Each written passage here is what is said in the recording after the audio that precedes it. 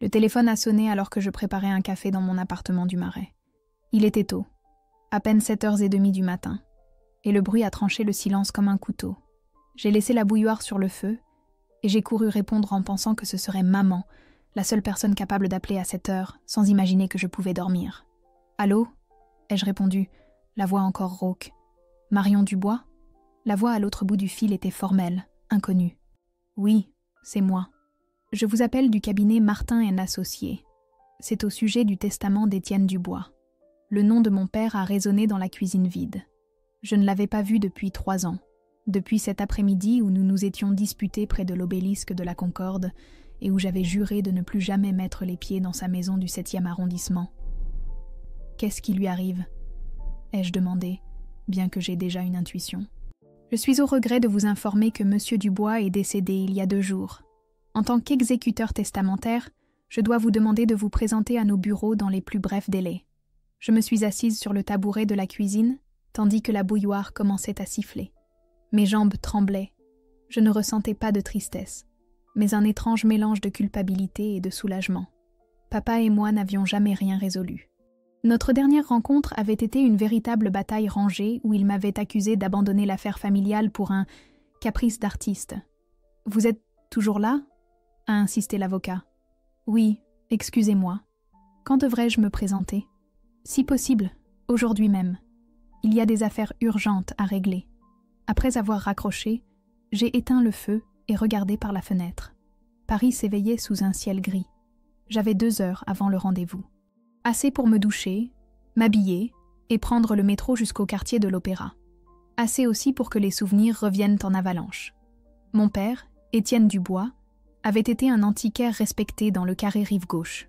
Sa boutique, Antiquité Dubois, occupait un local de la rue de Verneuil depuis plus de 30 ans. J'ai grandi au milieu de meubles Louis XVI et de lampes Art déco, apprenant à distinguer une pièce authentique d'une contrefaçon avant même de savoir multiplier. J'étais censée hériter de l'affaire, perpétuer son héritage.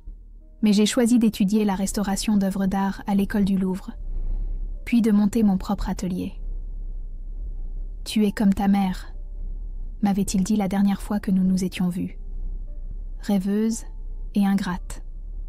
Maman était morte quand j'avais 12 ans. Un cancer foudroyant qui ne lui avait pas laissé le temps de dire au revoir.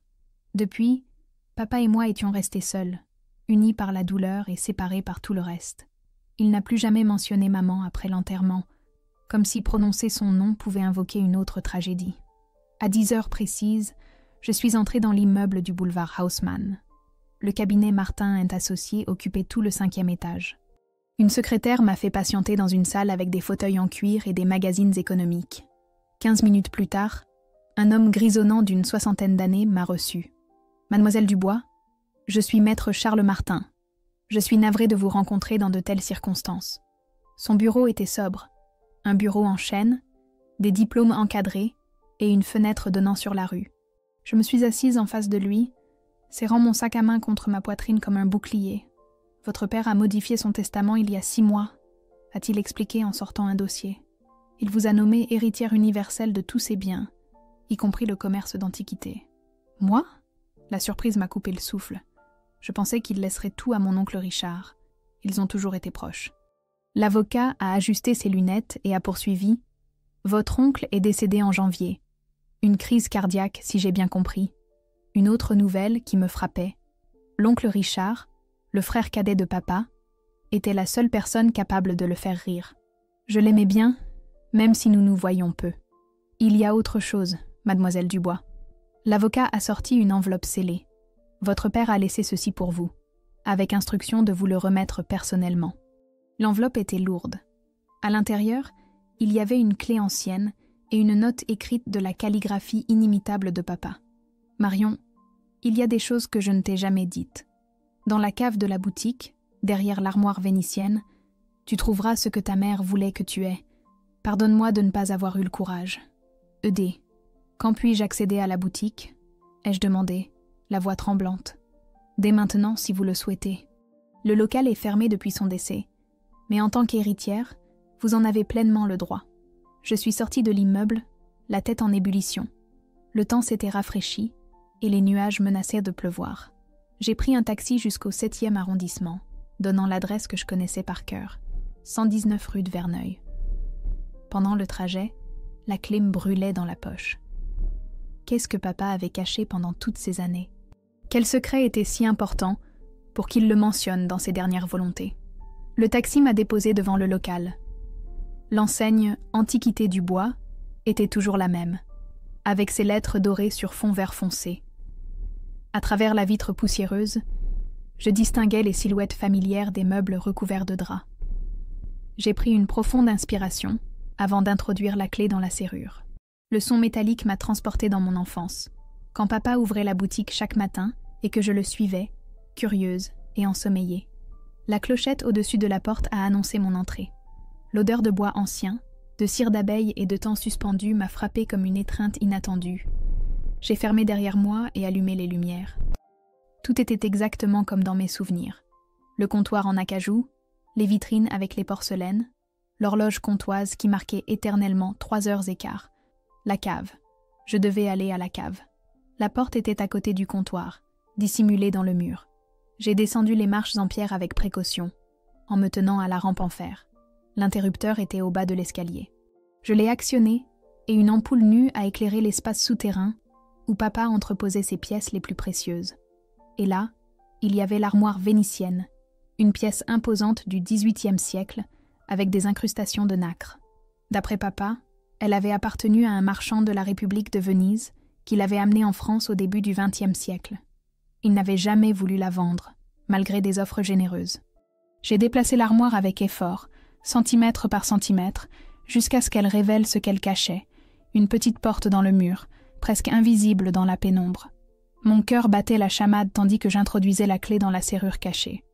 En ouvrant, j'ai découvert une niche dans le mur. À l'intérieur, il y avait une boîte en bois avec les initiales CLL, les initiales de maman, Carmen Louise Lefebvre. Mes doigts ont caressé les initiales gravées dans le bois. La boîte sentait le cèdre et les secrets gardés trop longtemps. Je me suis assise sur le sol poussiéreux de la cave, le dos appuyé contre le mur de briques nues, et j'ai posé la boîte sur mes genoux. Elle était plus lourde qu'elle n'y paraissait. Il n'y avait pas de serrure, juste un mécanisme simple qui a cédé quand j'ai appuyé sur les côtés. Le couvercle s'est ouvert avec un léger craquement. La première chose que j'ai vue était une photographie. Maman, jeune et souriante, assise sur un banc du jardin du Luxembourg. Elle portait une robe à fleurs et ses cheveux flottaient au vent. Je ne me souvenais pas de cette image. La date au dos indiquait mai 1985, un an avant ma naissance. À côté d'elle, il y avait un homme qui n'était pas mon père. L'homme était grand, les cheveux sombres et une barbe naissante. Il avait le bras autour des épaules de maman, et tous deux regardèrent l'objectif avec complicité. Derrière eux, on distinguait l'animation du marché aux puces de Saint-Ouen. J'ai continué à explorer. Il y avait une liasse de lettres attachée avec un ruban rouge décoloré. La première était datée de juillet 1984 et signée par un certain Julien Allard. Le papier tremblait entre mes mains tandis que je lisais « Ma chère Carmen, je ne peux cesser de penser à notre rencontre de dimanche. Il m'est de plus en plus difficile de maintenir cette distance que les circonstances nous imposent. Je sais que ton mariage avec Étienne est en crise, mais je comprends aussi ton sens des responsabilités. Je veux juste que tu saches que, quoi que tu décides, je serai là. L'atelier de Montreuil reste notre refuge. Je t'attends jeudi comme convenu. Toujours tien, Julien. » Un frisson m'a parcouru le dos. Maman avait eu un amant? Mon père le savait-il? Les dates coïncidaient avec l'année précédant ma naissance. Une idée troublante a commencé à se former dans mon esprit, mais je l'ai immédiatement écartée. J'ai continué à examiner le contenu. Il y avait d'autres lettres, toutes signées par Julien, toutes débordantes d'amour et de projets pour un avenir commun. La dernière était datée d'avril 1986, un mois avant ma naissance. Ma Carmen, je ne peux exprimer la joie qui m'envahit en sachant que notre fille va bientôt naître. Même si les circonstances nous obligent à garder ce secret, je veux que tu saches que je l'aime déjà de toute mon âme. Je respecte ta décision de rester avec Étienne pour le moment, et je comprends tes raisons. C'est un homme bien malgré tout, et je sais que les temps seront difficiles. Mais j'ai confiance qu'un jour nous pourrons être ensemble tous les trois, comme la famille que nous sommes dans nos cœurs. Je t'aime éternellement, Julien. La lettre m'est tombée des mains. Je suis restée à regarder dans le vide, sentant l'air s'épaissir autour de moi. Était-ce possible? Étienne Dubois, l'homme sévère et distant qui m'avait élevé, n'était pas mon père biologique? J'ai continué à chercher dans la boîte et j'ai trouvé une enveloppe jaunie avec un document légal. Un test de paternité réalisé en secret quand j'avais 2 ans. Le résultat ne laissait aucune place au doute. Étienne Dubois n'était pas mon père biologique. Tout prenait sens maintenant. La distance émotionnelle de papa, son regard toujours scrutateur, comme s'il cherchait en moi les traits de quelqu'un d'autre. Ses commentaires sur le fait que je n'avais pas la fibre commerçante des Dubois. La façon dont il évitait de parler de maman. Au fond de la boîte, il y avait un petit carnet à couverture bleue, le journal de maman. Je l'ai ouvert avec respect et j'ai commencé à lire son écriture arrondie. Aujourd'hui, j'ai dit à Étienne que j'étais enceinte. Il a souri. Pour la première fois depuis des mois. Je ne peux pas continuer ce mensonge, mais je ne peux pas non plus détruire son bonheur. Julien comprend, même si ça lui fait mal. Il dit qu'il attendra le temps qu'il faudra, que la seule chose qui compte est que le bébé et moi allions bien. Parfois, je pense que je ne mérite pas tant d'amour de la part de 2 hommes si différents. Des pages et des pages de confidence, de peur, d'espoir. Maman décrivait son mariage avec Étienne comme une erreur née du devoir familial, et sa relation avec Julien comme l'amour arrivé trop tard. Il y avait des entrées sur moi, sur la façon dont Étienne devenait de plus en plus froid à mesure que je grandissais et que je ne lui ressemblais pas. La dernière entrée était datée d'1 semaine avant sa mort. Le médecin dit qu'il ne me reste pas beaucoup de temps. J'ai décidé de tout raconter à Étienne. Il mérite de savoir la vérité, même s'il me déteste pour ça. Et Marion mérite de connaître son vrai père un jour. J'ai demandé à Julien de se tenir à l'écart jusqu'à ce qu'Étienne décide quoi faire. J'espère seulement que ma petite pourra un jour comprendre pourquoi j'ai pris ces décisions. J'ai fermé le journal et l'ai serré contre ma poitrine. Les larmes coulaient librement sur mes joues. Maman était morte avant de pouvoir se confesser. Et papa, Étienne, avait gardé ce secret pendant près de 30 ans. Quand l'avait-il appris? L'a-t-il toujours su? Ou l'a-t-il découvert après la mort de maman? Au fond de la boîte, il restait une enveloppe. Elle contenait une adresse à Montreuil et une petite clé. Il y avait aussi une photo d'un bâtiment en briques rouges avec de grandes fenêtres, un ancien atelier reconverti en logement. Sous la photo, une note de la main de maman. Notre endroit. Pour Marion, le moment venu. Je me suis levée, rangeant tout dans la boîte sauf l'adresse et la clé. J'avais besoin d'air. J'ai monté les escaliers en chancelant, l'esprit en ébullition. En arrivant dans la boutique, la lumière du crépuscule filtrait par les vitrines, créant des ombres allongées parmi les meubles couverts. Je me suis arrêtée devant le portrait d'Étienne, accroché derrière le comptoir. Son regard sévère semblait me suivre, comme pour juger chacun de mes mouvements. Pendant des années, j'avais essayé de gagner son approbation, de comprendre pourquoi il ne semblait jamais satisfait de moi. Maintenant, je connaissais la réponse. « Pourquoi ne me l'as-tu pas dit ?» ai-je murmuré au portrait. « Pourquoi attendre de mourir pour me montrer la vérité ?» Le téléphone de la boutique a sonné, me faisant sursauter. Un instant, j'ai absurdement pensé que ce serait lui, appelant de quelque part pour s'expliquer. J'ai décroché d'une main tremblante. « Antiquité Dubois ?» ai-je dit d'une voix brisée. « Marion, c'est Charles, l'avocat. Je voulais m'assurer que vous aviez trouvé ce que vous cherchiez. »« Oui, je l'ai trouvé, » ai-je répondu, sans savoir quoi dire de plus. « Il y a autre chose que je dois vous dire. Votre père a laissé une enveloppe pour un certain Julien Allard, avec l'adresse d'un atelier à Montreuil. Il m'a demandé de vous la remettre si vous décidiez d'ouvrir la boîte de votre mère. Voulez-vous que je vous la porte à la boutique ? Mon cœur a fait un bond. Vous êtes dans le coin en ce moment ? À 2 rues, j'étais sur le chemin de la maison. Attendez-moi, s'il vous plaît. J'ai raccroché et me suis appuyée sur le comptoir pour ne pas tomber. Étienne savait tout. Et non seulement il avait gardé le secret, mais il avait laissé un message pour Julien. Qu'est-ce que cela signifiait ? 15 minutes plus tard, Maître Martin me remettait une enveloppe Kraft scellée. Sur le devant, de la calligraphie précise d'Étienne, on pouvait lire « Pour Julien Allard, à remettre après ma mort, seulement si Marion décide de chercher la vérité.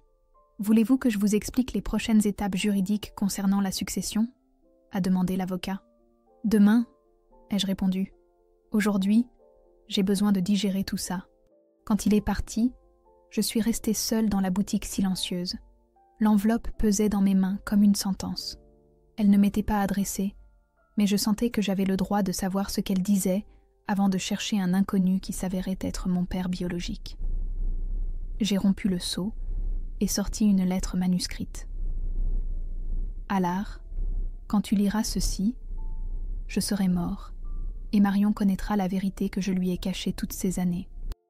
Je ne t'ai jamais cherché pour te tuer, comme a été ma première impulsion en découvrant les lettres après la mort de Carmen.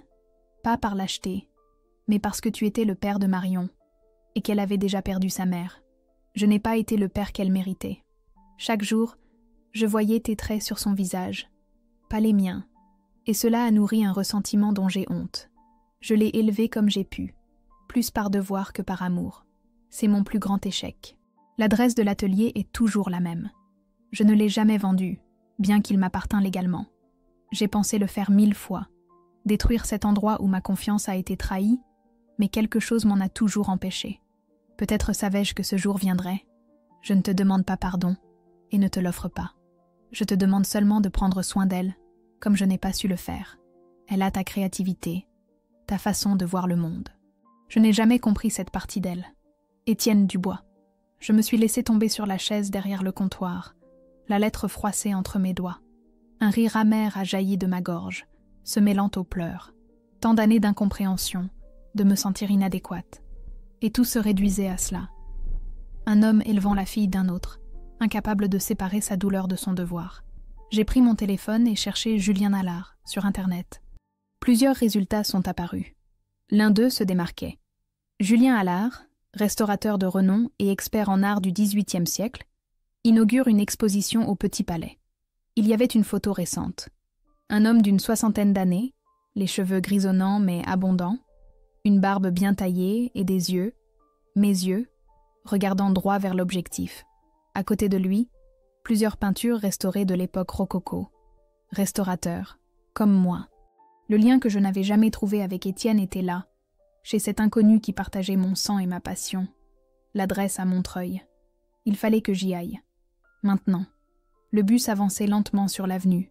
La nuit était tombée et les lumières de la ville transformaient Paris en cet animal nocturne qui ne dort jamais.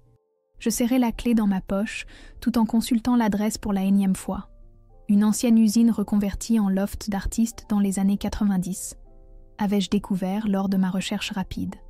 Je suis descendue 2 rues avant et j'ai marché le reste du trajet, ayant besoin de ce temps pour ordonner mes pensées. Montreuil avait changé depuis ma dernière visite. Les vieux entrepôts industriels côtoyaient maintenant des cafés branchés et des studios de design, partie de cette transformation que vivait l'Est parisien. Le bâtiment en briques rouges se dressait, imposant, au coin de la rue, exactement comme sur la photo.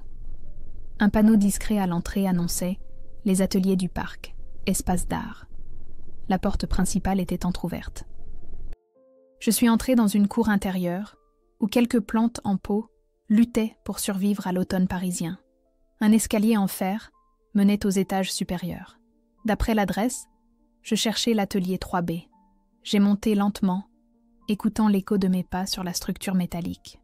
L'endroit avait cette odeur particulière des espaces créatifs. Un mélange de peinture, de bois, de papier et de café. Au 2e étage, un long couloir menait à plusieurs portes numérotées. C'était là, 3B. Une plaque de bronze indiquait « J. Allard, restauration ».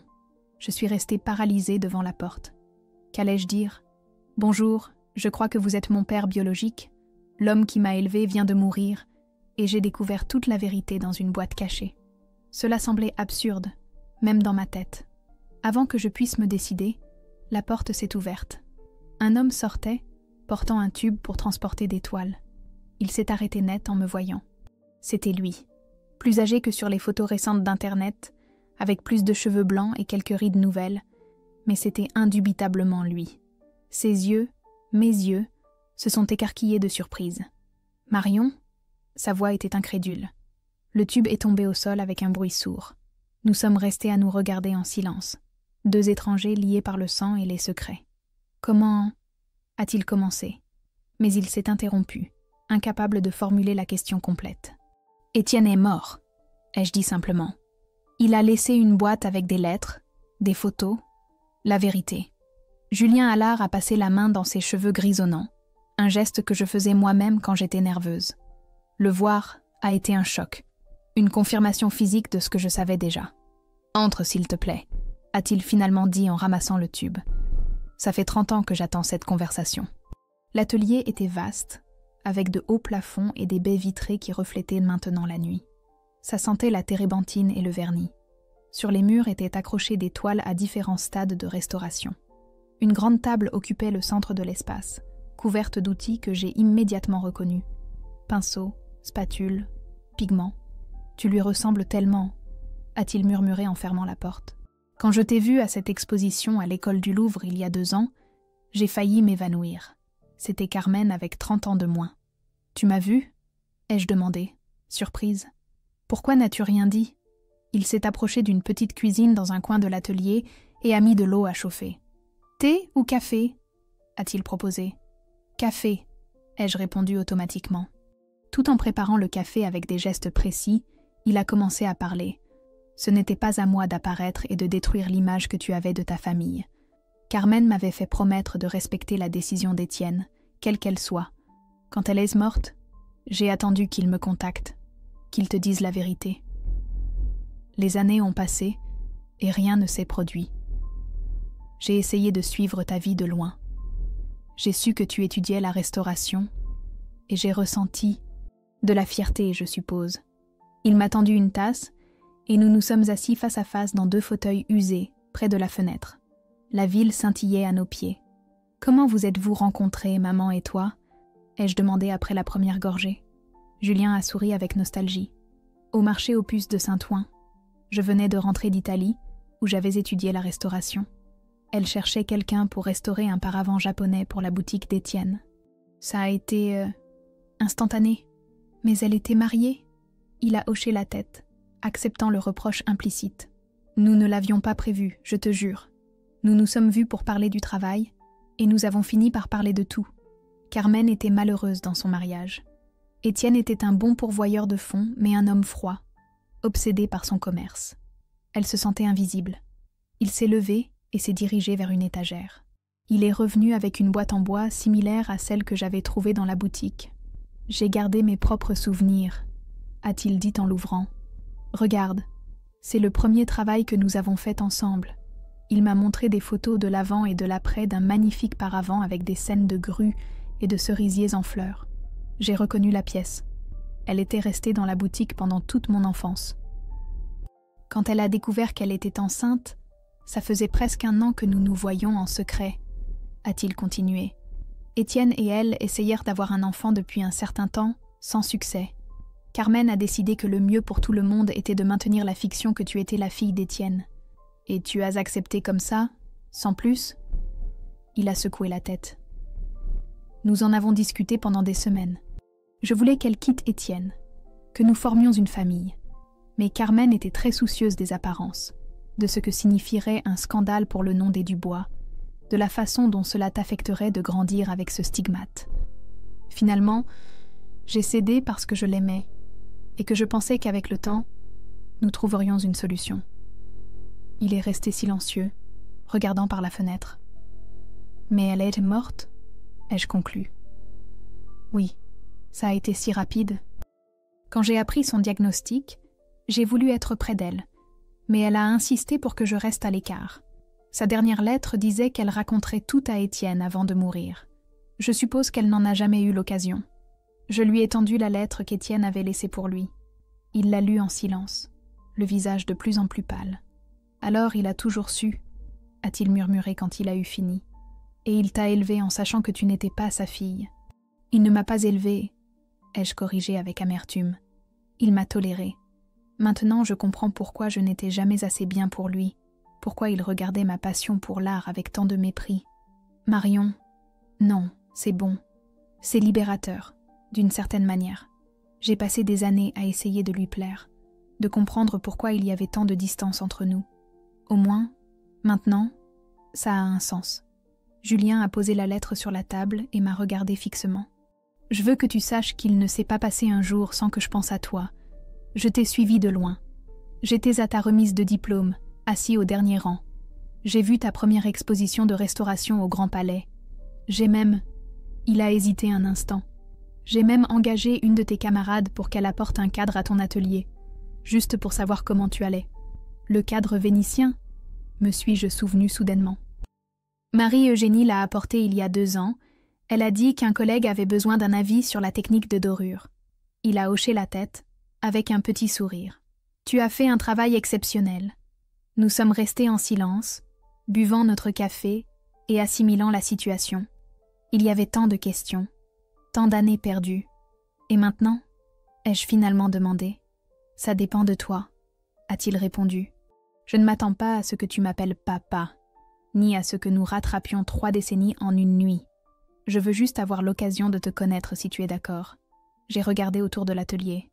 Les outils identiques aux miens, les toiles en cours, les pigments soigneusement organisés. C'était comme voir mon propre espace de travail, mais avec 30 ans d'expérience en plus. Le lien que je n'avais jamais ressenti avec Étienne était ici, dans cette pièce, avec cet homme qui partageait mon sang et ma passion.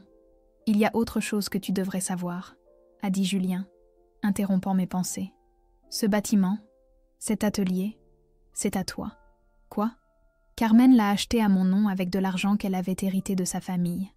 Après sa mort, je l'ai mis à nos 2 noms, Étienne et moi, en pensant qu'un jour il te le céderait. Apparemment, il ne l'a jamais fait, mais légalement, la moitié est déjà à toi. Et je veux te céder ma part.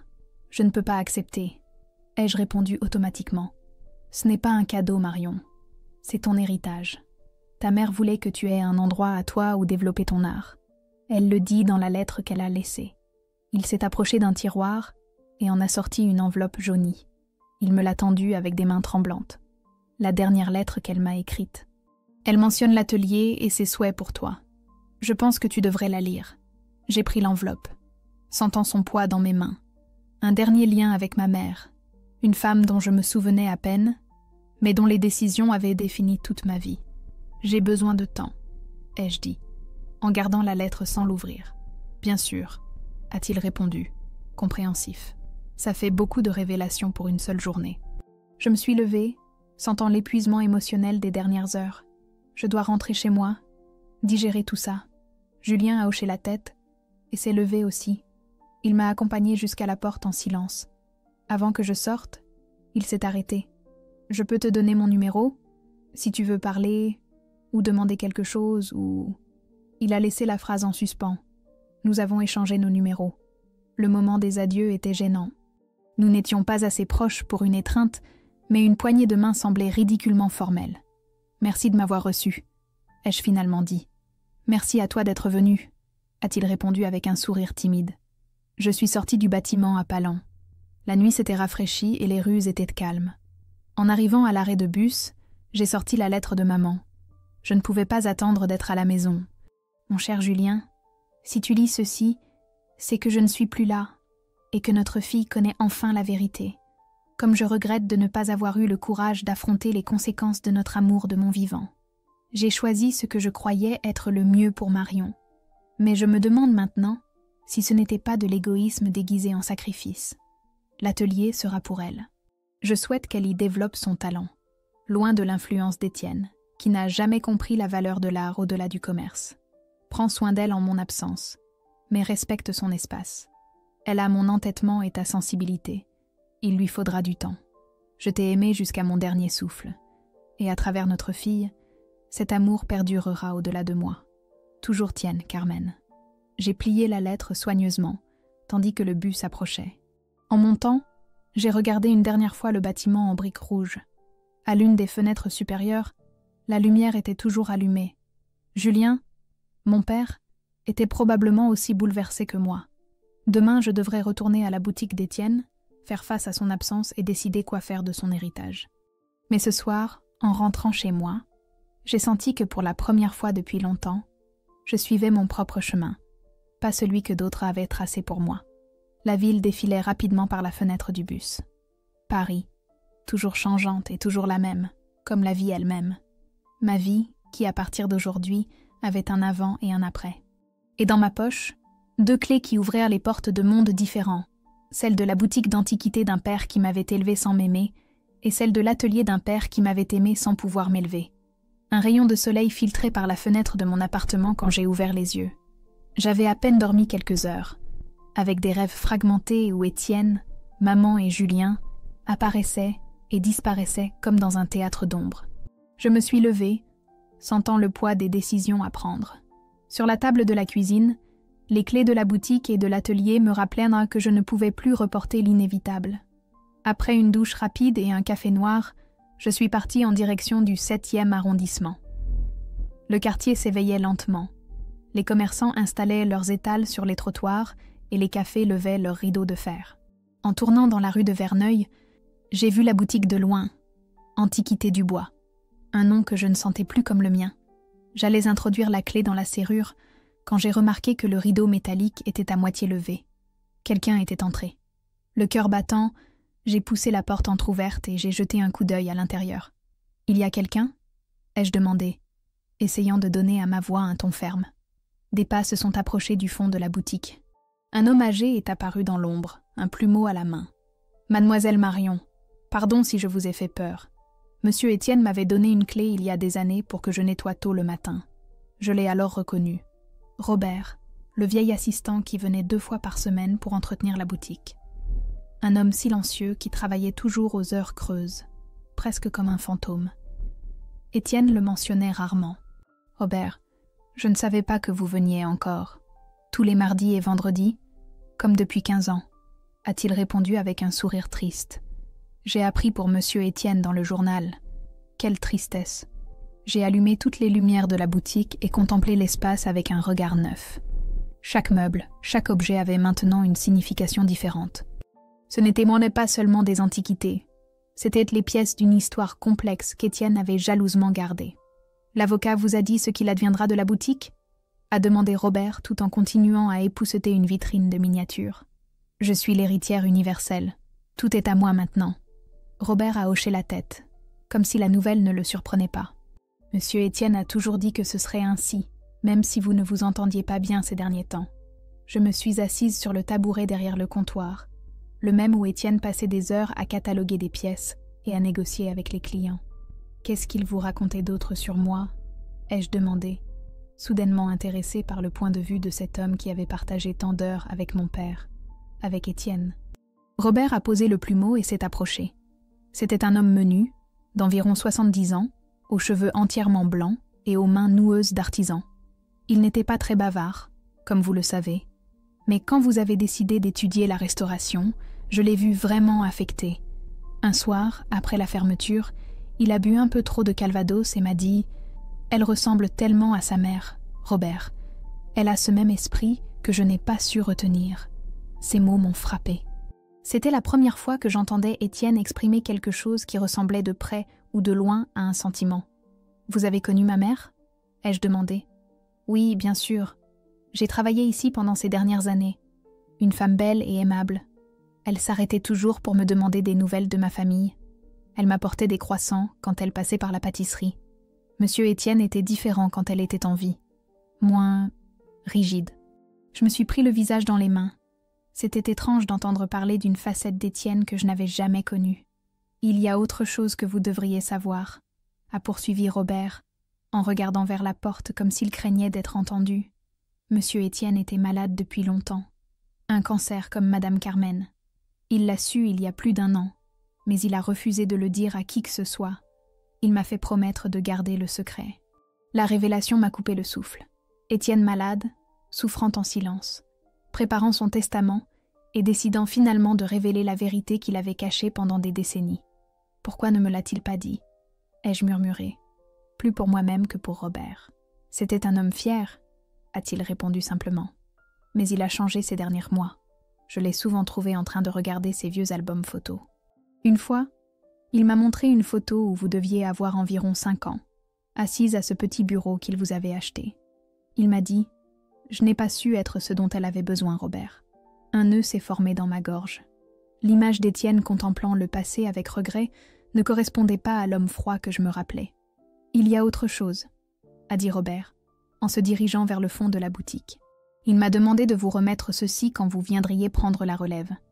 Il est revenu avec une boîte à bijoux en bois sculpté que j'ai immédiatement reconnue, celle qu'Étienne avait offerte à maman pour l'un de leurs anniversaires. « Elle est fermée à clé », a expliqué Robert. « Il a dit que vous sauriez comment l'ouvrir. » J'ai pris la boîte entre mes mains. Elle était plus lourde que dans mon souvenir. La clé devait être petite, délicate, comme celle que maman portait sur une chaîne autour du cou, la même qu'elle m'avait donnée quand elle est tombée malade et que je gardais dans mon appartement, sans vraiment savoir à quoi elle servait. « Merci, Robert. Vous avez été très aimable. » L'homme a hoché la tête et a fini de rassembler ses affaires. « Continuerez-vous l'affaire, mademoiselle » a-t-il demandé avant de partir. « Je ne sais pas encore. J'ai besoin de temps pour décider. » « Je comprends. Si vous avez besoin de moi, vous savez où me trouver. Et si vous décidez de vendre, eh bien, il y a des pièces ici qui méritent de trouver de bons foyers. Quand il est parti, je suis restée seule dans la boutique silencieuse.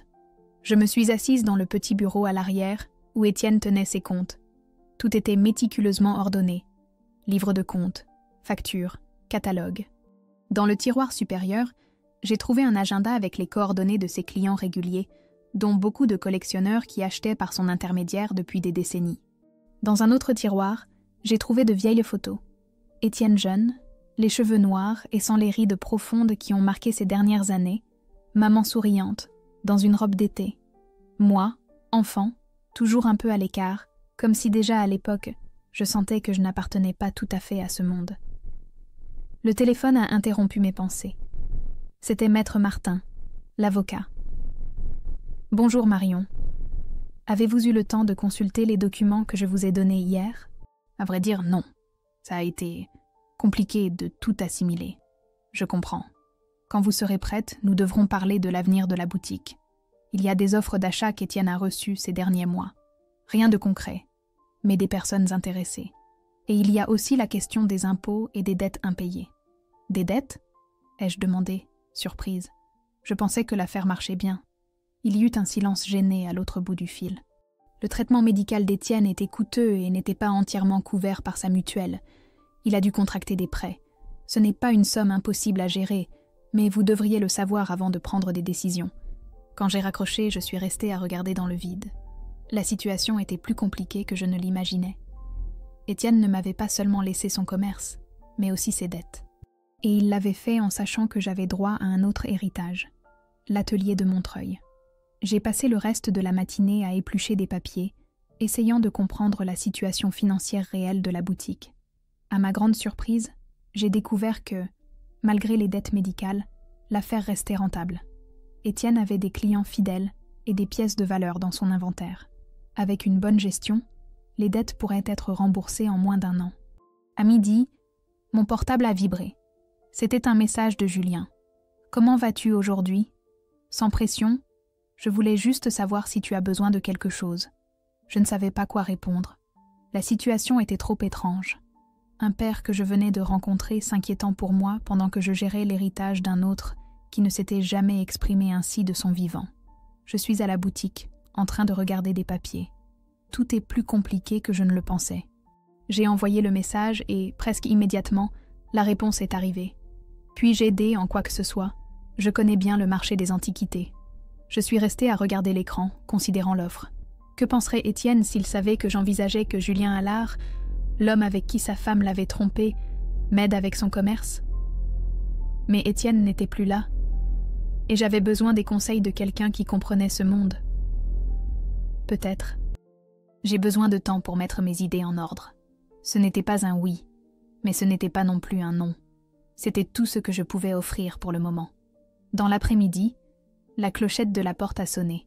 Une femme âgée est entrée dans la boutique, élégante, et avec cet air aristocratique si caractéristique d'une certaine classe parisienne. « Excusez-moi, je cherche Étienne Dubois », a-t-elle dit, regardant autour d'elle avec curiosité. « Je suis désolée. Monsieur Dubois est décédé il y a quelques jours. Je suis sa fille, Marion. » La femme a porté une main à sa poitrine, sincèrement affectée. Quelle terrible nouvelle! Étienne et moi avions rendez-vous aujourd'hui. Il voulait me montrer une commode française qu'il avait trouvée récemment. Je me suis souvenue d'avoir vu le rendez-vous dans l'agenda. Hélène d'Anjou, 16h ans, suivie de commode Louis XV. « Vous devez parler de cette pièce, ai-je dit. la guidant vers le fond de la boutique, où une magnifique commode avec une marqueterie élaborée attendait sous un drap de protection. Les yeux de la femme se sont illuminés en la voyant. C'est exactement ce que je cherchais pour mon appartement de l'avenue Foch. Étienne savait toujours trouver les pièces parfaites. Pendant que la dame examinait la commode, commentant ses détails et la qualité de la restauration, j'ai réalisé quelque chose. Je connaissais ces pièces. J'avais grandi parmi elles, apprenant à apprécier leur histoire et leur beauté. Je pouvais parler des périodes, des styles et des techniques avec la même fluidité qu'Étienne. Quand la dame a décidé d'acheter la commode, je me suis surprise à négocier le prix avec fermeté, mais amabilité, exactement comme j'avais vu Étienne le faire des centaines de fois. « Vous êtes comme votre père », a commenté la dame en signant le chèque. « Vous avez son œil pour les détails et son honnêteté en affaires. » La phrase m'a laissée pensive. Toute ma vie, j'avais essayé de me distancier d'Étienne, rejetant son monde commercial pour me consacrer à l'art de la restauration. Mais peut-être avais-je absorbé plus de lui que je n'étais prête à l'admettre. Quand j'ai fermé la boutique ce soir-là, j'ai pris une décision. Je ne vendrai pas le commerce, du moins pas tout de suite. Je me devais de me donner l'opportunité d'explorer cette partie de mon héritage. De retour dans mon appartement, j'ai cherché la petite clé que maman m'avait laissée. Elle s'insérait parfaitement dans la serrure de la boîte à bijoux. À l'intérieur, j'ai trouvé quelque chose d'inattendu. Pas de bijoux, mais une lettre manuscrite d'Étienne, adressée à maman, datée d'1 semaine avant sa mort. « Ma chère Carmen, je n'ai jamais eu le courage de te le dire en personne, mais j'ai toujours su la vérité sur Marion. Je ne suis pas aussi aveugle que tu le pensais. J'ai vu comment tu la regardais et comment tu me regardais, et j'ai compris la différence. J'ai su pour Allard par hasard, en te suivant un jour où tu avais dit aller voir ta cousine à Neuilly. Je ne t'en veux pas. Notre union était plus un arrangement qu'un mariage d'amour. Ça m'a fait mal, oui, mais ce qui me fait le plus mal maintenant, alors que le temps m'est compté, c'est de n'avoir pas été capable d'aimer Marion comme elle le méritait, sachant qu'elle ne portait pas mon sang. Je te demande pardon à toi, qui n'es plus là pour m'entendre, et je lui demanderai pardon à elle quand je trouverai le moyen.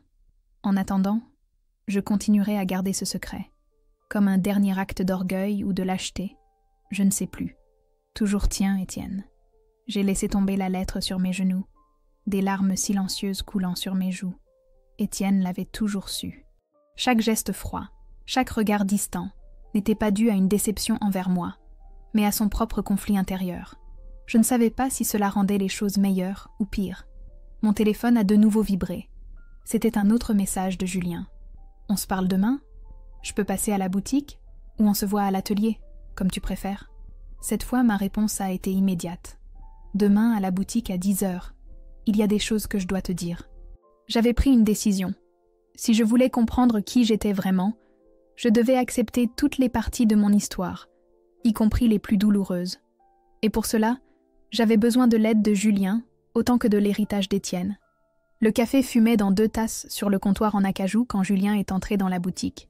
J'avais pris de l'avance pour le préparer dans la petite kitchenette qu'Étienne avait dans l'arrière-boutique, où il avait l'habitude de faire ses pauses solitaires entre 2 clients. L'arôme de café fraîchement moulu flottait dans l'air, se mêlant à l'odeur de cire d'abeille et de bois ancien. « Bonjour », a salué Julien, s'arrêtant à l'entrée comme s'il avait besoin d'une permission pour avancer sur ce territoire étranger. Il portait une veste en cuir usé et une écharpe grise.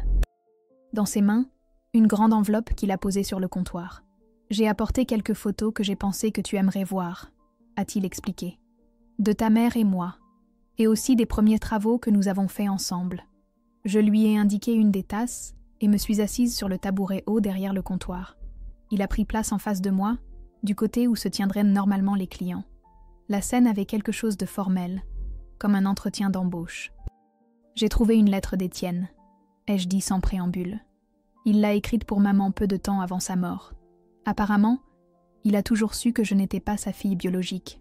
Julien a visiblement pâli. Ses mains se sont crispées autour de la tasse. Depuis le début, on dirait, il t'a suivi un jour et a tout découvert. Le silence qui a suivi était chargé de questions non formulées, de reproches silencieux à un passé que nous ne pouvions pas changer. Finalement, Julien a soupiré et a secoué légèrement la tête. Je me suis toujours demandé s'il le savait. Parfois, quand je le croisais à des événements artistiques ou à des ventes aux enchères, il me regardait d'une manière comme s'il voulait me dire quelque chose. Mais je n'ai jamais pensé qu'il aurait gardé le secret toute sa vie. Je n'arrive pas à le comprendre non plus, ai-je admis. Pourquoi élever la fille d'un autre homme en sachant la vérité, sans rien dire? La fierté peut être une prison, a murmuré Julien. Peut-être que l'admettre lui semblait plus douloureux que de faire semblant. J'ai ouvert l'enveloppe qu'il avait apportée. À l'intérieur, il y avait des photos sur papier, jaunies par le temps. Maman jeune, radieuse, avec les cheveux noirs et longs dont je me souvenais à peine. Julien, à ses côtés, la regardant toujours comme si elle était la chose la plus précieuse au monde. Certaines photos les montrèrent travaillant ensemble, dans ce qui semblait être l'atelier de Montreuil, penchés sur une toile, pinceaux et spatules à la main. Nous avions la même passion, a commenté Julien, en désignant une des images. Ta mère avait un talent naturel pour la restauration, bien qu'elle n'ait jamais eu de formation académique. C'est elle qui a insisté sur le fait que le paravent japonais nécessitait certains pigments spéciaux qui ne pouvaient être obtenus que par importation. Elle avait raison, bien sûr. En regardant les photos, quelque chose s'est agité en moi. Je voyais dans ces images non seulement mes parents biologiques, mais aussi l'origine de ma propre vocation. Comme si l'amour de la restauration était dans mes gènes, un héritage plus profond que n'importe quelle boutique d'antiquité. J'ai besoin de ton aide, Julien. Tout ce dont tu as besoin, a-t-il répondu sans hésiter. Il y a des pièces ici qui nécessitent une restauration avant de pouvoir être vendues. Étienne a laissé des dettes que je dois régler, et la meilleure façon est de valoriser l'inventaire. Mais mon atelier est trop petit pour certaines de ces pièces, et je n'ai pas tout le matériel nécessaire. L'atelier de Montreuil est à toi, a-t-il dit simplement. Il a tout ce dont tu as besoin et de l'espace à revendre. Ce serait étrange de travailler là-bas, ai-je admis. C'est comme entrer dans une vie alternative, celle que j'aurais pu avoir si les choses avaient été différentes. Je comprends. Nous pouvons commencer par quelque chose de petit. Qu'est-ce que tu dirais si nous apportions une pièce à l'atelier? Quelque chose de gérable que nous pourrions restaurer ensemble. Nous avons parcouru la boutique jusqu'à trouver le candidat parfait.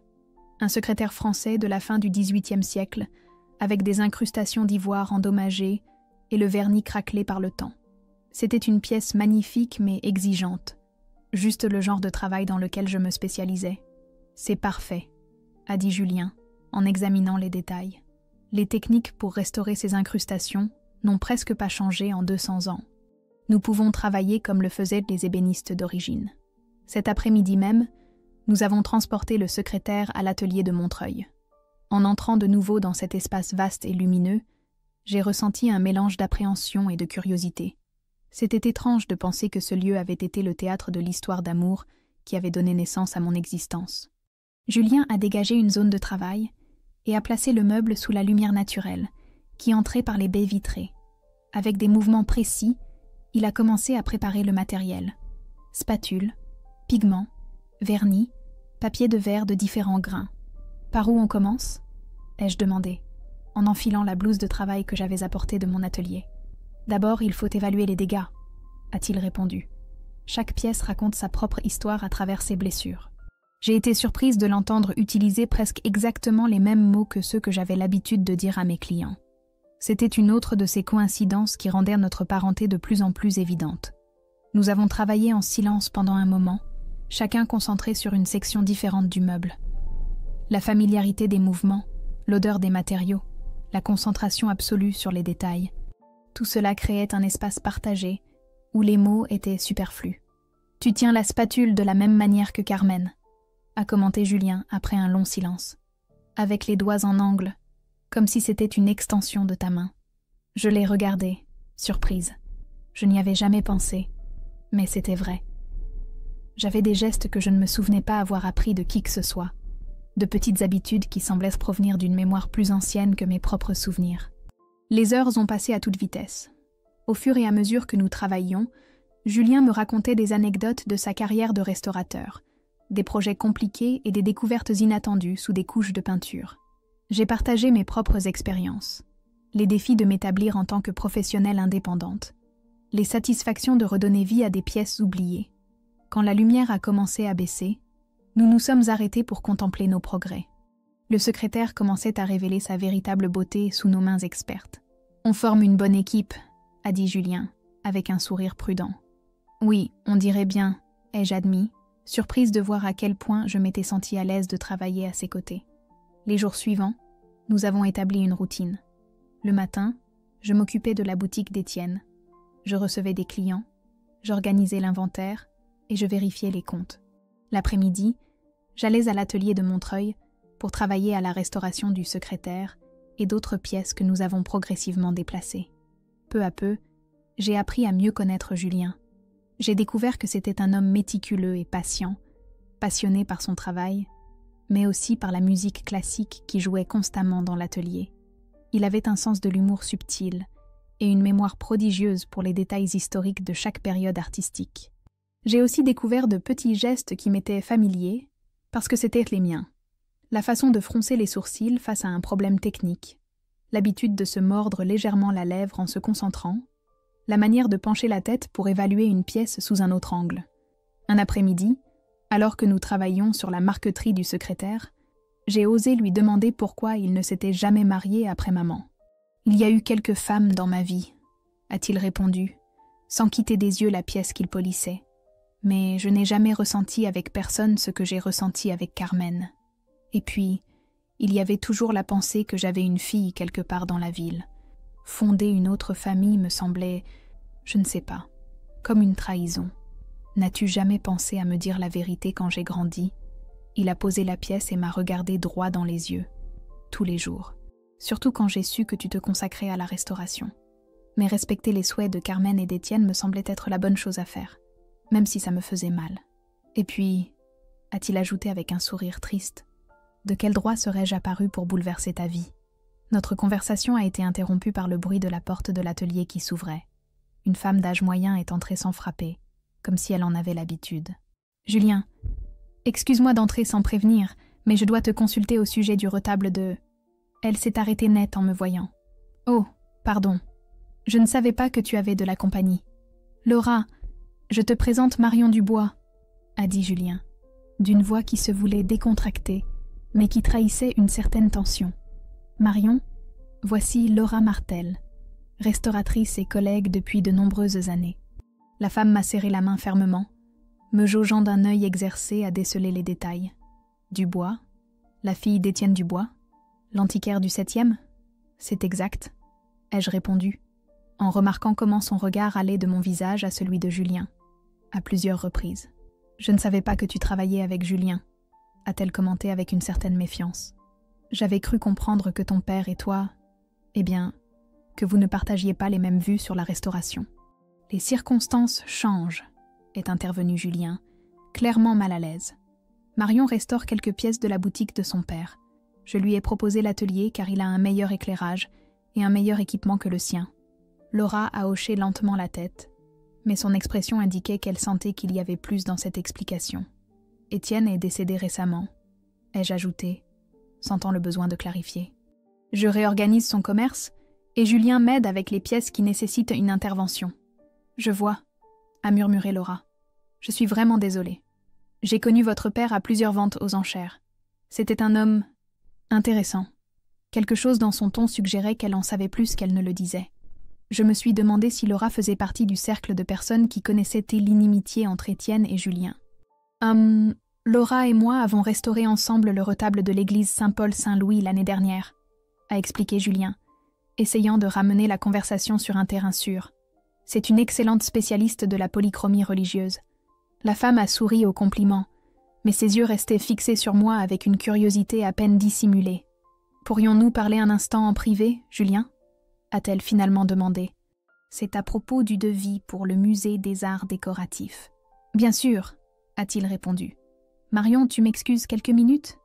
J'ai hoché la tête et j'ai continué à travailler pendant qu'il se retirait dans le petit bureau au fond de l'atelier. Malgré la porte fermée, leur voix me parvenait, pas assez fort pour distinguer les mots complets, mais assez pour noter le ton agité de la conversation. Quand ils sont revenus, la tension était palpable. Laura a pris congé avec une formalité excessive et est sortie rapidement. Julien est resté debout près de la porte, passant une main dans ses cheveux grisonnants. « On dirait que ce n'est plus un secret », a-t-il finalement dit. « Elle sait... » « Oui. Laura et moi avons été en couple il y a quelques années. Elle connaît toute l'histoire avec Carmen et Étienne. Et maintenant, elle a fait le lien en te voyant. Ça la dérange que nous travaillions ensemble? Julien a laissé échapper un rire bref, sans humour. Ça la dérange que je ne lui ai rien dit, que tu apparaisses soudainement dans ma vie. Et aussi, il a hésité un instant. Je crois qu'elle craint que cela puisse affecter notre participation à certains projets. Le monde de la restauration à Paris est petit, et Étienne avait des relations importantes. Je me suis sentie soudainement exposée, comme si ma vie privée était sur le point de devenir un sujet de conversation dans tout le circuit des antiquaires et des restaurateurs de la ville. Ce n'était peut-être pas une bonne idée, ai-je murmuré. Je devrais ramener les pièces à la boutique. Non, a répondu Julien fermement. Nous n'allons pas nous cacher comme si nous avions fait quelque chose de mal. Laura ne dira rien pour l'instant. Elle me l'a promis. Et même si elle le faisait, qu'importe. Nous avons le droit de nous connaître, de travailler ensemble. Les gens vont parler. Ils diront que j'ai profité de la mort d'Étienne pour chercher mon vrai père, que j'ai trahi sa mémoire. Qu'il parle, a dit Julien, en s'approchant et en prenant mes mains tachées de vernis entre les siennes. Carmen et Étienne ont vécu prisonniers du camp d'Iraton. J'ai passé 30 ans à respecter un pacte de silence. Ça suffit. J'ai été surprise par sa véhémence, si différente de son calme habituel. Pour la première fois, j'ai vu en lui non seulement l'artisan méticuleux, mais aussi l'homme passionné qui avait aimé ma mère contre toutes les conventions. Ce soir-là, en rentrant à mon appartement, j'ai reçu un appel d'Hélène d'Anjou, la cliente de la commode Louis XV. « Ma chère, j'ai parlé à quelques amis du syndicat national des antiquaires. On m'a dit que vous travaillez avec Julien Allard. Est-ce vrai ?» La nouvelle avait circulé plus vite que je ne l'imaginais. Laura n'avait pas perdu de temps. « Nous collaborons à la restauration de quelques pièces, oui, » ai-je répondu avec tout le naturel que j'ai pu trouver. « Vous savez que votre père et Allard ne s'entendaient pas, n'est-ce pas? Il y a eu des histoires, il y a de nombreuses années. J'en suis consciente, » ai-je dit, décidant d'affronter la situation de front. Mais Étienne n'est plus là, et je dois prendre mes propres décisions concernant le commerce. Julien Allard est l'un des meilleurs restaurateurs du pays, et j'ai besoin de son expertise. Il y eut un silence à l'autre bout du fil, comme si Hélène était en train de digérer ma réponse. « Je comprends », a-t-elle finalement dit. « Vous êtes une femme adulte. Je voulais juste m'assurer que... que vous savez ce que vous faites. Je le sais, Madame d'Anjou. Et je vous remercie de votre sollicitude, mais je vous assure que tout va bien. » Quand j'ai raccroché, je me suis sentie étrangement libérée. Pour la première fois depuis que j'avais découvert la vérité, j'avais défendu ouvertement mon droit de connaître Julien, de travailler avec lui, d'explorer cette partie de mon identité qui m'avait été refusée pendant si longtemps. Le téléphone a de nouveau sonné. Cette fois, c'était Julien. « Laura a appelé la moitié de Paris », a-t-il dit sans préambule. 3 collègues m'ont déjà contacté pour me demander si c'est vrai que je travaille avec la fille de Dubois. Je sais. Hélène d'Anjou vient de m'appeler pour me mettre en garde contre toi, ai-je répondu, et nous avons ri tous les deux en même temps. Qu'est-ce qu'on fait maintenant? A-t-il demandé. On continue, ai-je répondu avec une assurance qui m'a surprise moi-même. Demain, j'apporterai l'ensemble de chaises Louis XVI qui a besoin d'être retapissé. Et vendredi, nous pourrions revoir ensemble l'inventaire pour décider quelles autres pièces méritent une restauration.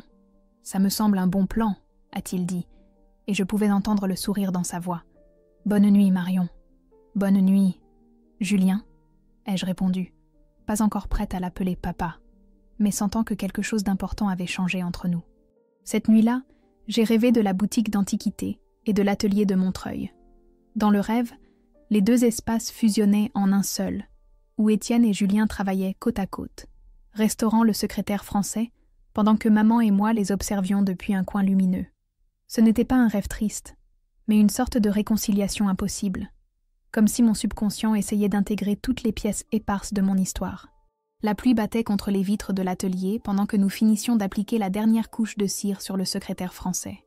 Après 3 semaines de travail méticuleux, la pièce avait retrouvé sa splendeur d'origine. Les incrustations d'ivoire brillaient de leur propre lumière, et le bois avait retrouvé ses tons miel et ambre que le temps avait ternis. « Il est parfait », a dit Julien en passant doucement la main sur la surface polie. « Tu vas le vendre ou le laisser en exposition ? Je pense que je vais le vendre. J'ai déjà un acheteur potentiel, un collectionneur qui a appelé hier en demandant spécifiquement des meubles français de cette période. Au cours du mois qui s'était écoulé depuis la découverte de ma véritable identité, la boutique d'Étienne était devenue une entreprise différente. Je continuais à vendre des antiquités, mais j'offrais maintenant aussi des services de restauration et d'expertise. La combinaison de ma formation technique et des contacts de Julien dans le monde de l'art avait attiré une nouvelle clientèle, plus intéressée par l'authenticité et la valeur historique des pièces que par leur simple fonction décorative. Le téléphone de Julien a sonné, interrompant nos pensées. Pendant qu'il répondait, je me suis mise à ranger les outils et les matériaux que nous avions utilisés.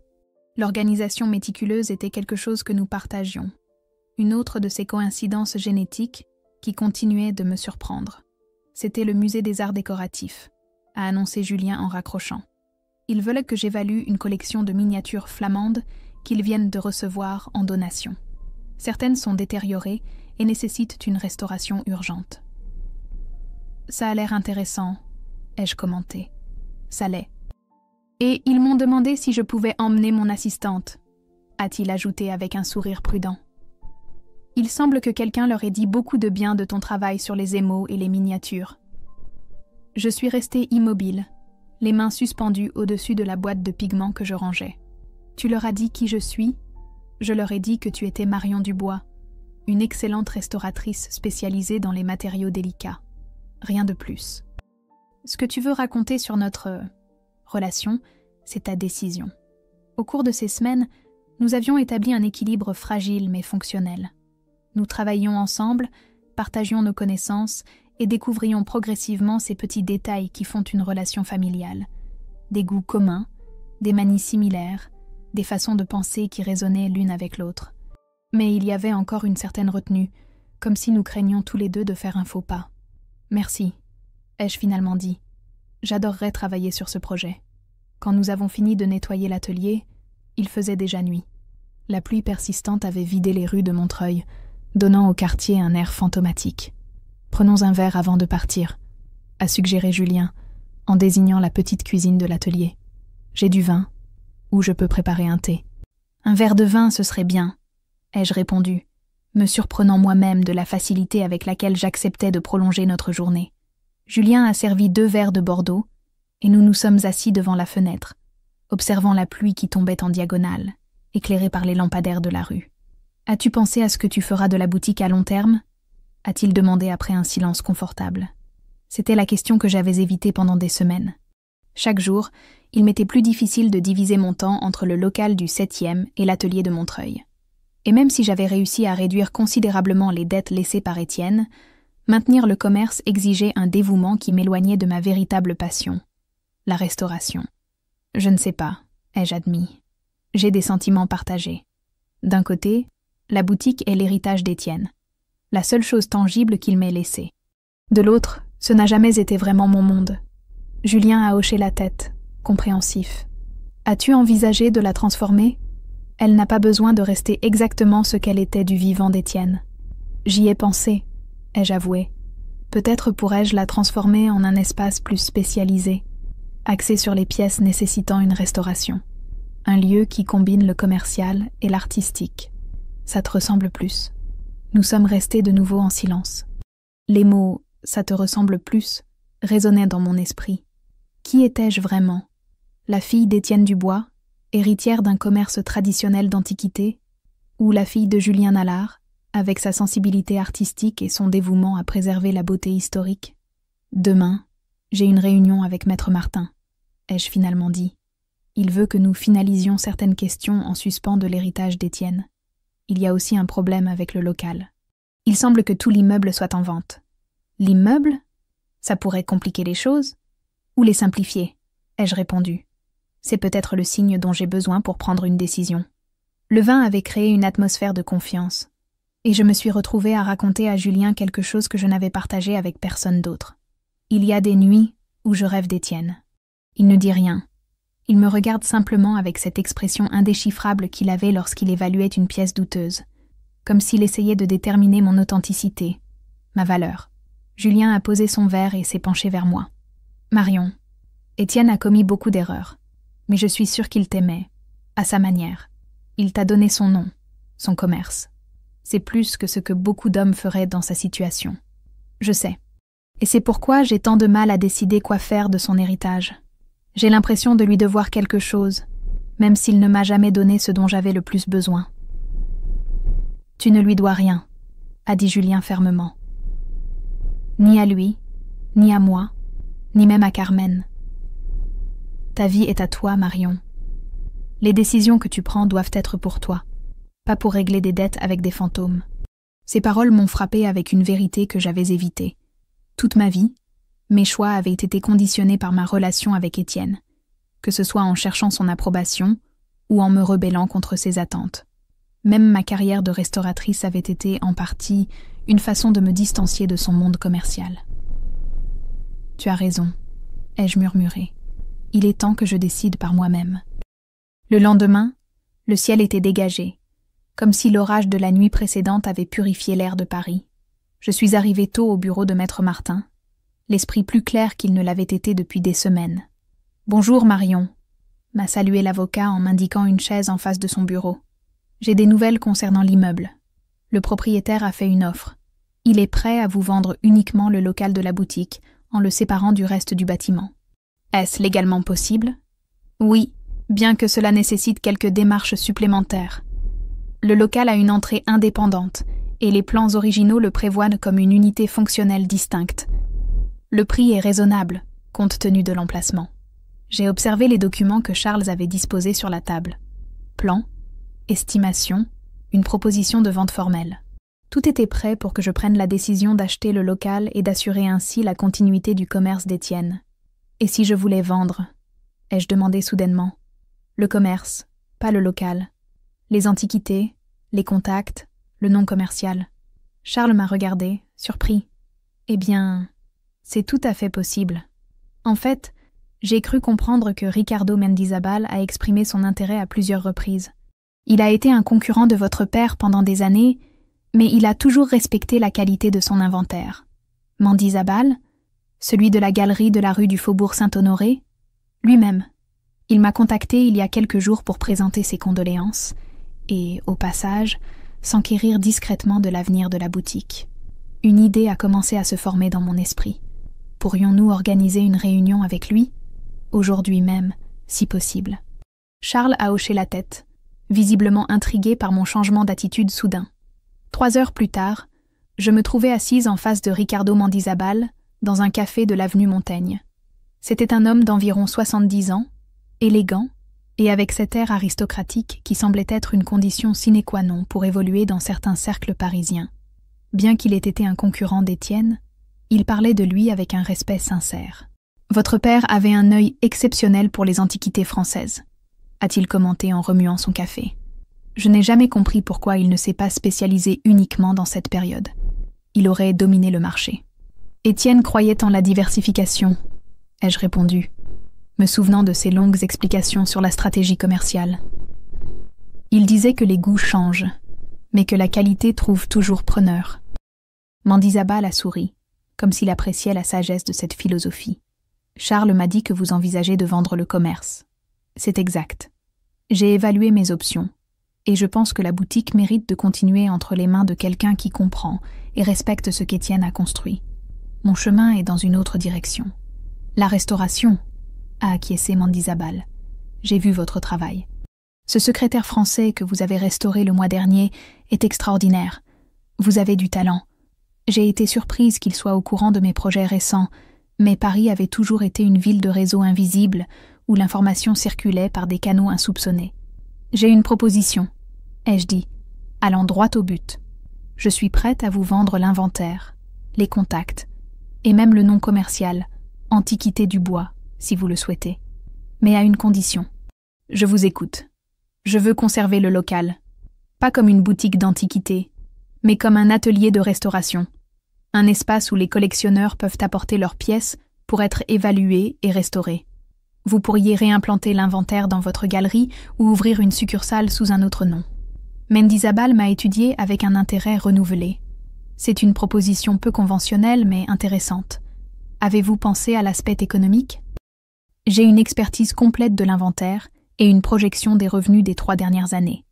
Je peux également offrir mes services de restauratrice à vos clients avec une remise préférentielle la première année dans le cadre de l'accord. Nous avons discuté pendant près de 2 heures, peaufinant les détails, négociant les termes. Mendizábal s'est avéré être un négociateur dur mais juste, une qualité qu'Étienne avait toujours reconnue en lui, malgré leur rivalité. Quand nous nous sommes quittés, nous avions un accord de principe que Charles formaliserait dans les prochains jours. Je me sentais étrangement légère en marchant sur l'avenue Montaigne, comme si j'avais laissé derrière moi un poids dont je ne soupçonnais même pas l'existence. Ma prochaine destination fut la boutique du 7e.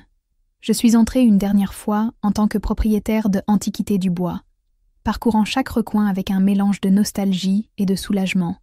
Bientôt, ces espaces se transformeraient, les vitrines céderaient la place à des tables de travail, les étalages à des étagères de matériaux et d'outils.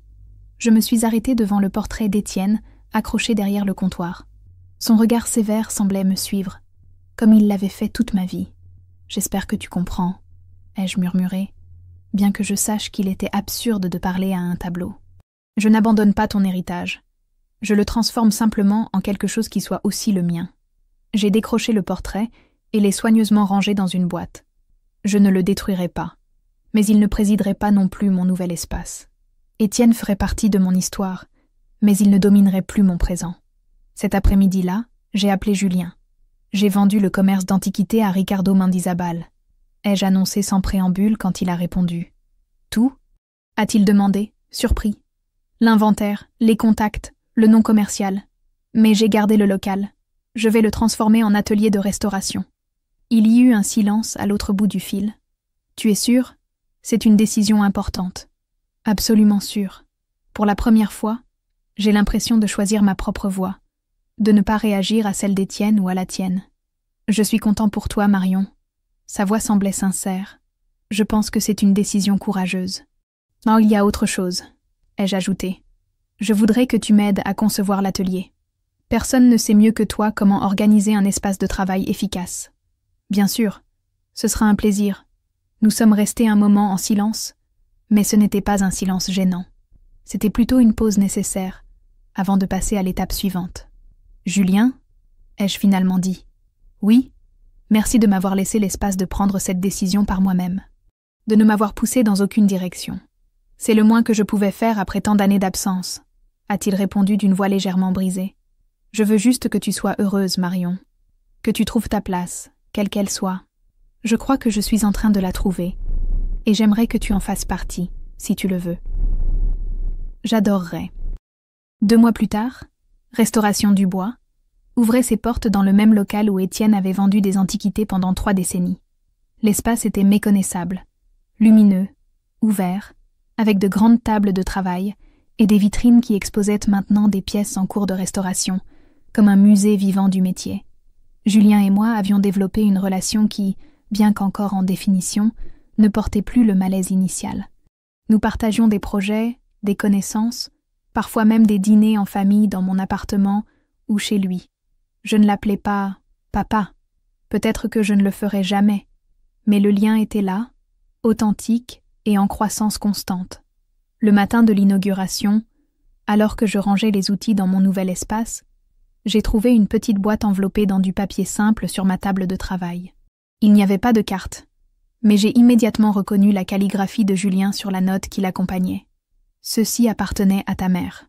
Je l'ai gardé toutes ces années en pensant qu'un jour ce serait à toi. Je crois qu'aujourd'hui est ce jour. Avec tout mon amour. J. » À l'intérieur de la boîte, il y avait une bague en argent avec un petit camée sculpté à la main. Je me souvenais vaguement d'avoir vu maman la porter lors d'occasions spéciales. Elle était délicate et belle, comme tout ce qu'elle avait aimé. Je l'ai passée à l'annulaire de ma main droite, où elle s'ajustait parfaitement. Puis j'ai regardé autour de moi. L'atelier que j'avais créé, les outils disposés avec précision, les projets attendant sur leur table de travail. C'était mon espace, construit à partir de 2 héritages très différents mais tout aussi importants. Dans un coin discret, j'avais placé 2 photographies dans des cadres identiques. Étienne derrière le comptoir de sa boutique, avec ce geste sévère mais digne qui le caractérisait, et Julien dans son atelier de Montreuil, penché sur une toile avec la concentration absolue de l'artisan. Mes 2 pères, si différents l'un de l'autre, chacun apportant une part de ce que j'étais. Et au centre, Président ma table de travail principale, une photographie de maman que je n'avais jamais vue avant de découvrir la boîte dans la cave. Carmen souriant directement à l'objectif, un pinceau à la main et des éclaboussures de peinture sur la joue. Libre, heureuse, authentique. Quand les premiers clients ont commencé à arriver, je les ai accueillis avec l'assurance de celle qui a enfin trouvé sa place dans le monde. Une place à soi, construite avec des fragments d'histoire compliqués, mais aussi avec des décisions courageuses. Un espace où le passé n'était pas un fardeau, mais une fondation, et où l'avenir, pour la première fois depuis longtemps, s'ouvrait devant moi comme une page blanche, attendant d'être écrite de mes propres mains.